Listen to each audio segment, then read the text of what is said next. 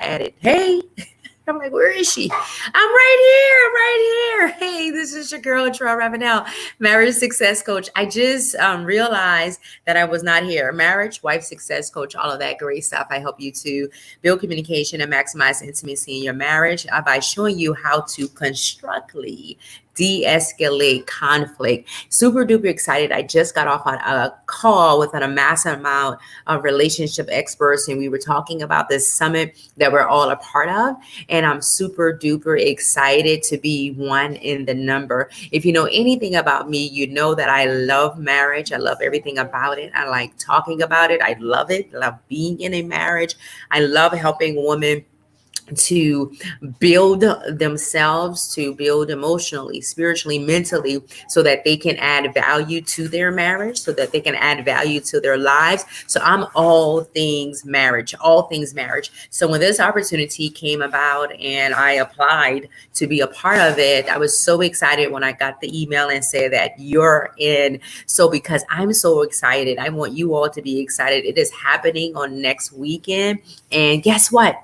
Guess what? It is absolutely free. Free 99. It's going to be happening May 29th through the 31st. And all of you have an opportunity to be a part. I'll be on next Sunday at 5, but I want all of you to be a part of this amazing event. I dropped the flyer there. I don't know if I can put it in the comments. Let me see if I can put it in the comments here. Go ahead and register. It's for singles, is for married couples, because we are going to be showing you what tools do you need to have a healthy marriage. You know, what do you do when you're incompatible in that marriage relationship? What do you do when you have moments of miscommunication, wrong communication, misconstrued communication, no communication?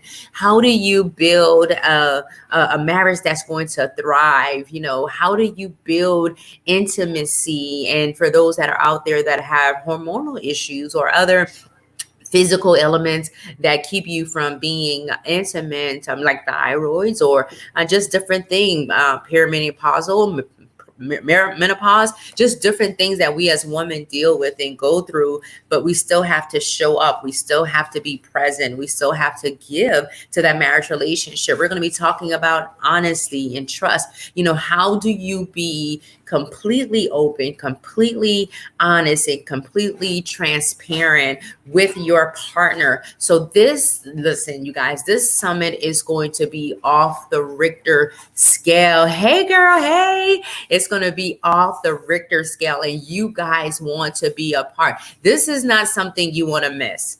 So if you know anyone that's married, you know anyone that desires to get married, you know anyone that's in a relationship, and if they're interested in building a godly marriage, a marriage that lasts, not one that just lasts, but a marriage that thrives, a marriage that can be an influence to other marriages that are out here, a marriage that can set the standard, a marriage that can be healthy, that can be happy, that can be sustainable. All things marriage is what we're going to be sharing on this platform, you guys.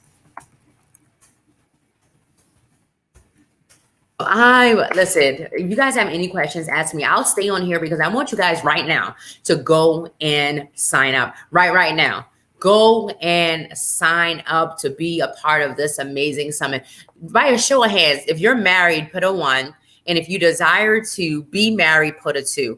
I know many of you may have heard all these horror stories when it comes to marriage, when it comes to, relationships, because maybe you had a horror story. But I'm here to tell you what you heard is not true. And I'm here to debunk the lies. I'm here to take away all the rumors. Anything that you heard about marriage or healthy marriage or healthy relationship before today, I want you to remove it from you as far as the east. Where's the east? As far as the east, north, south, east, and west. How you do it? No, never eat shredded wheat. As far as the east is from the west. How many of y'all learned that? Never eat shredded wheat. As far as the east is from the west, go ahead and get that out of your psyche. We are going to show you how to create, how to reconstruct, how to build. If you are on an imbalanced foundation, if your foundation was rocky, if it's rocky now, if you have those moments in your marriage where you just don't know, where you're unsure, where you're contemplating, where you're thinking, oh, I've probably married the wrong person, or I don't know how to show up in this marriage. I don't know how to not blame my partner for the issues or the problems that are arising. Or if you just simply want to be better, because listen, here's the thing. Not everybody is going through. Not everybody is having a hard time in marriage. Not everybody is having difficulties. But what I do know, where there is people, there are problems. Come on, somebody. Where there is people, there are problems. So although you're not having problems per se, problems will problem will arise, conflict will arise. It's inevitable. We hear all the time the top 3 reasons for divorce: communication, sex, and finances. But I'm going to share something with you because I have a different spin on that. Although finances and sex is a variable, I don't necessarily believe, nor does Dr. John Gottman, who is a world-renowned marriage expert, believes that those are necessarily the underlying issues. That's a variable. But when you look at sex and also when you look at finances, what is the underlier? Communication. Because if your communication is shot, you ain't having no sex and you ain't building no financial abundance. Okay, somebody? So the underlier of that is that communication piece. And I'm going to go on a limb to say this. Most of us did not grow up in a household where communication was healthy.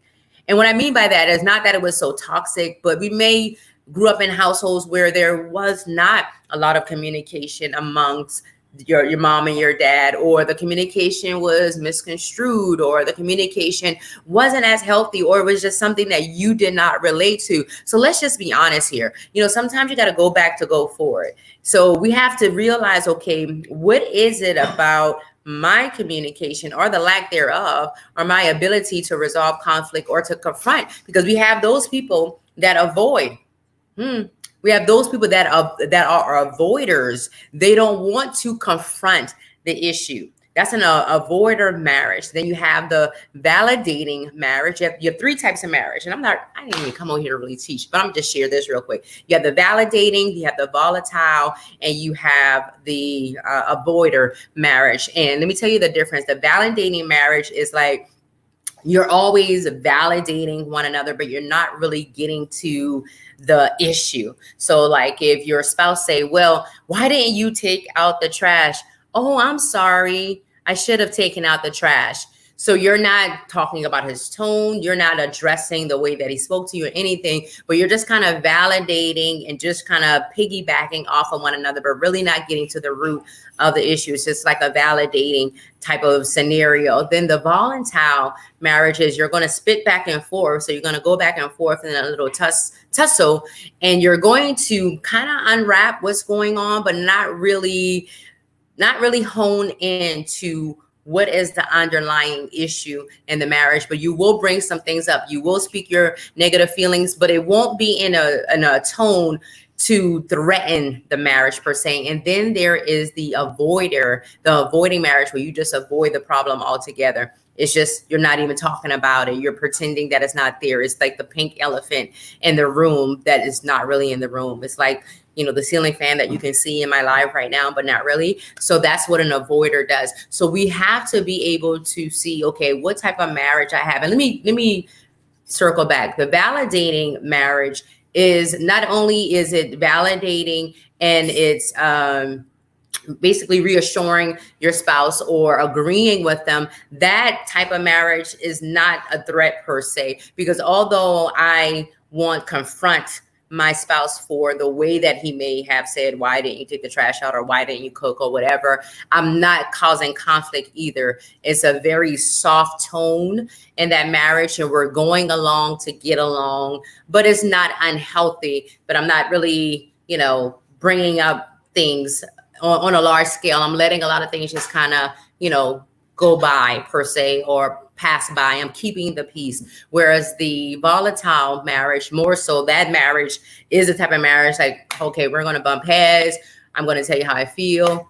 I don't care what you think about that, but you're gonna know that I'm not in a good space right now, and I'm gonna share my negative feelings with you right now. So I can go more into that, and I'll probably share some more about that on a whole another day. But I just wanted to share that with you. So I said all that to say this: you don't have to be in a bad space. It's all about building. It's all about growing. It's all about evolving. And the better you are, the better your marriage is going to be. Somebody put that in the chat. The better you are, the better your marriage is going to be. Many of us are looking, even in the single community, you're looking for somebody that's perfect. You're looking for somebody that's this awesome spouse, right? This awesome partner that you want to marry. But are you the awesome partner? Who are you becoming? What are you becoming in that marriage or in your life? Not even in the marriage, because you're not there yet if you're single. What are you becoming? So it's not about who you're trying to meet as much as it is who you are becoming. Because when you become that person, right? Check this out. When you become that person, you attract that person. Hot dog it. When you become that person, you attract who you become. So if you've been attracting something that is contrary to who you are, or what you desire, I guess I should say, if you've been attracting something contradicting or contrary to what you desire, you have to ask yourself, who am I? Who am I? Am I showing up as my best self in Christ?